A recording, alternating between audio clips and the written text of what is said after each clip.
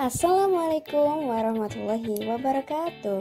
Baik, kali ini kita akan membahas mengenai materi etika profesi di bidang akuntansi dan keuangan lembaga. Mari disimak yuk videonya. Berikut ini adalah tujuan pembelajaran kita kali ini.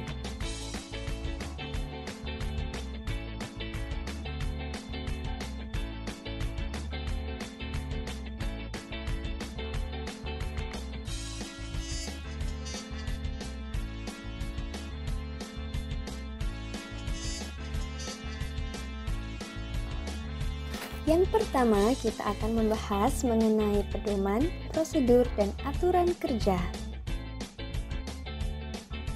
Pedoman kerja adalah suatu acuan tertulis yang digunakan untuk mendorong dan menggerakkan suatu kelompok untuk mencapai tujuan organisasi. Tujuan dari pedoman kerja itu sendiri adalah yang pertama, memperjelas peran dan fungsi tiap porsi organisasi. 2. Memperjelas alur tugas, wewenang, dan tanggung jawab dari pegawai terkait. 3. Melindungi unit kerja dan pegawai dari kesalahan administrasi. 4. Untuk menghindari kesalahan, keraguan, duplikasi, dan inefisiensi. 5. Memperlancar tugas pegawai. 6. Sebagai dasar hukum jika terjadi penyimpangan. 7. Mengarahkan pegawai agar disiplin dalam bekerja. Dan yang terakhir adalah sebagai pedoman dalam melaksanakan pekerjaan rutin. Selanjutnya yaitu prosedur kerja. Prosedur kerja adalah rangkaian tata kerja yang berkaitan satu sama lain sehingga menunjukkan adanya suatu urutan demi tahap serta jalan yang harus ditempuh dalam rangka menyelesaikan suatu bidang tugas. Adapun manfaat dari prosedur kerja. Yang pertama yaitu merupakan penjabaran tujuan, sasaran, program kerja, fungsi-fungsi, serta kebijakan dalam kegiatan operasional perusahaan. Yang kedua, dapat dilakukan standarisasi dan pengendalian kerja dengan secepatnya. Kemudian yang ketiga adalah sebagai panduan dalam bekerja. Berikutnya ada aturan kerja. Aturan kerja merupakan peraturan yang dibuat secara tertulis oleh perusahaan yang memuat hal-hal umum mengenai perilaku dalam bekerja. Berikut ini adalah macam aturan kerja. Yang pertama ada dari segi waktu dan kehadiran kerja. 1. Penetapan waktu kerja didasarkan kebutuhan perusahaan. Yang kedua, waktu kerja di perusahaan adalah 6 hari dalam 1 minggu. Yang ketiga, jam kerja di perusahaan adalah 7 jam sehari. Keempat, jam istirahat tidak diperhitungkan sebagai jam kerja. Yang kedua adalah dari segi pakaian seragam. Pertama, pegawai tertentu diharuskan memakai pakaian kerja. 2. Pakaian kerja disediakan perusahaan sesuai dengan standar yang berlaku. 3. Pegawai diwajibkan mengenakan seragam kerja selama waktu kerja. 4. Pegawai diwajibkan mengenakan pakaian yang rapi dan sopan. Yang ketiga adalah dari segi keselamatan dan kesehatan kerja. Pertama, setiap pegawai diwajibkan ikut menjaga ketertiban, keamanan, kebersihan, dan keselamatan kerja. 2. Jika menemui hal-hal yang dapat membahayakan keselamatan kerja pegawai dan perusahaan, maka segera dilaporkan kepada atasan.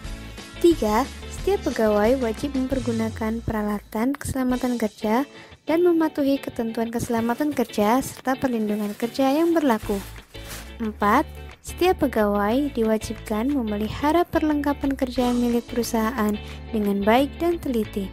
Yang kelima, setiap pegawai dilarang membawa, memindahkan, ataupun meminjamkan perlengkapan milik perusahaan tanpa izin yang berwenang. Dan yang terakhir adalah dari segi kewajiban pokok pegawai. 1. Setiap pegawai wajib melaksanakan perintah dari atasannya dengan penuh tanggung jawab. 2. Menaati peraturan perusahaan serta ketentuan yang berlaku. 3. Memberikan keterangan yang sebenarnya mengenai pekerjaan kepada perusahaan dalam hubungan tugasnya. 4. Menyimpan serta menjaga kerahasiaan semua keterangan dalam pelaksanaan pekerjaannya. Kemudian yang kelima, memelihara dan menjaga barang milik perusahaan yang dipercayakan kepadanya. Dan yang terakhir adalah mengemukakan saran yang bermanfaat bagi perusahaan kepada atasannya melalui saluran yang ditetapkan. Selanjutnya, kita akan membahas mengenai profesi di bidang akuntansi. Profesi yang pertama kita bahas adalah akuntan publik, di mana akuntan publik ini menyediakan beberapa jasa. Yang pertama yaitu ada auditing atau pemeriksaan laporan keuangan, kedua tax service atau perpajakan, ketiga konsultasi akuntansi manajemen, keempat asuransi, kelima atestasi yaitu audit, review dan prosedur, kemudian yang keenam adalah non asuransi.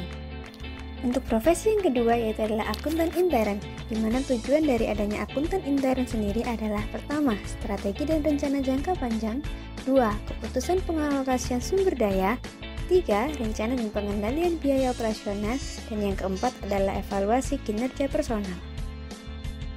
Untuk profesi yang ketiga yaitu ada akuntan pemerintah, di mana mereka bekerja di beberapa instansi pemerintah. Yang pertama, badan pemerintahan, yang kedua perusahaan negara, yang ketiga bank pemerintah, keempat Direktorat Jenderal Pajak, dan yang terakhir adalah Direktorat Jenderal Pengawasan Keuangan Negara. Profesi keempat yaitu ada akuntan pendidik, di mana tugas dari akuntan pendidik adalah pertama, melakukan pengajaran di bidang akuntansi, kedua, penelitian di bidang akuntansi, dan yang ketiga adalah pengabdian kepada masyarakat di bidang akuntansi.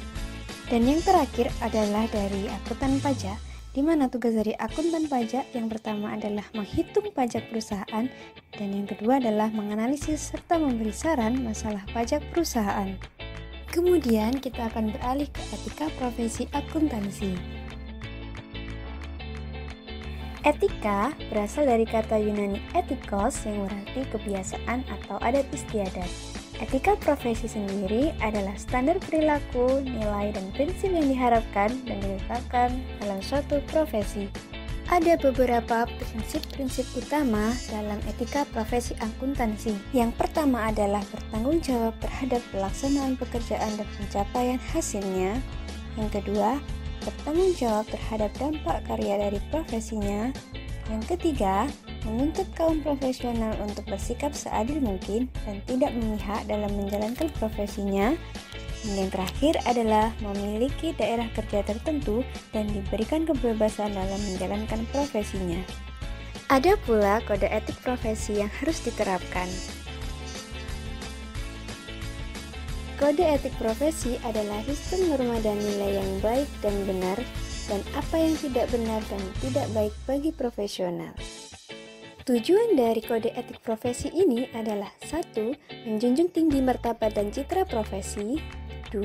Menjaga dan memelihara kesejahteraan para anggota, 3. Meningkatkan pengabdian para anggota profesi, dan yang keempat adalah meningkatkan mutu profesi.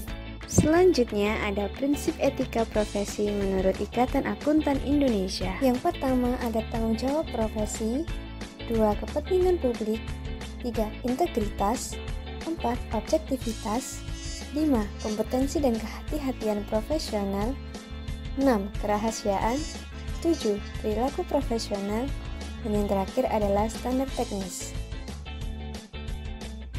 Oke, next kita akan mempelajari mengenai kompetensi personal. Jadi, kompetensi personal adalah kemampuan atau kecakapan yang dimiliki seseorang untuk melakukan suatu pekerjaan.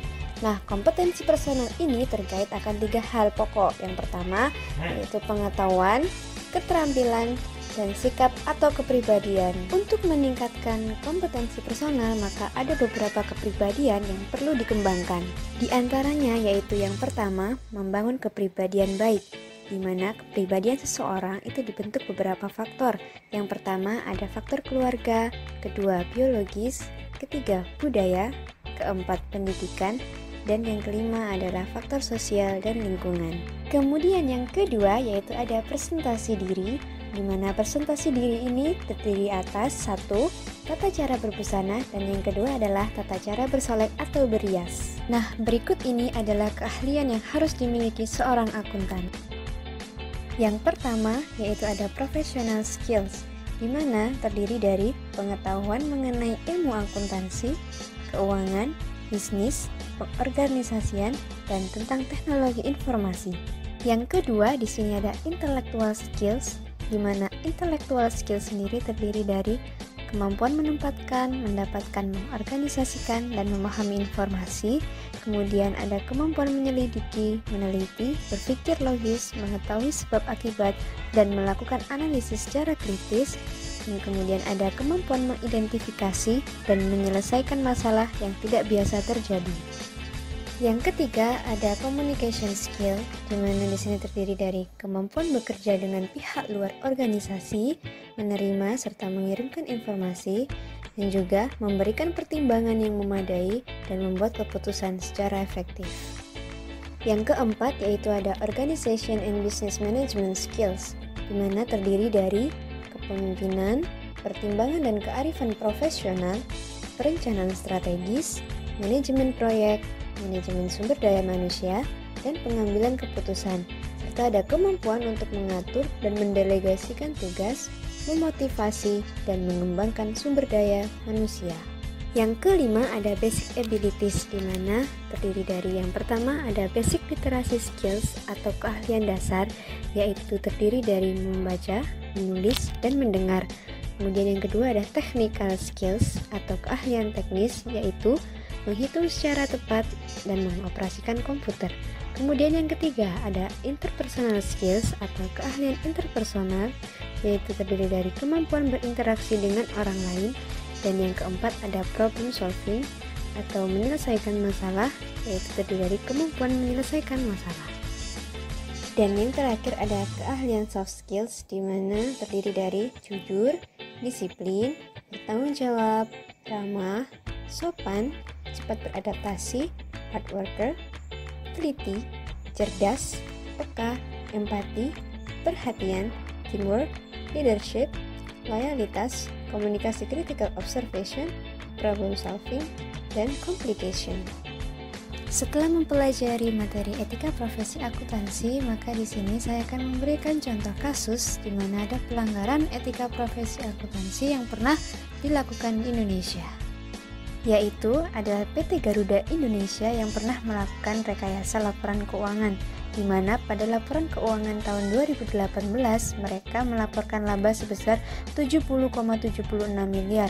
Namun setelah diperiksa kembali ternyata malah rugi besar 3,45 triliun rupiah. Nah, dari contoh kasus yang ada di atas, maka menurut kalian, prinsip etika profesi akuntansi yang manakah yang telah dilanggar oleh akuntan yang bekerja untuk PT Garuda Indonesia? Silahkan diskusikan bersama teman kalian dan kemukakan di depan kelas. Baik, untuk mengetahui pemahaman kalian mengenai materi pembelajaran kali ini, saya sudah menyiapkan soal evaluasi pada link tertera. Jadi, untuk sekarang silahkan kalian akses dan boleh mulai mengerjakan.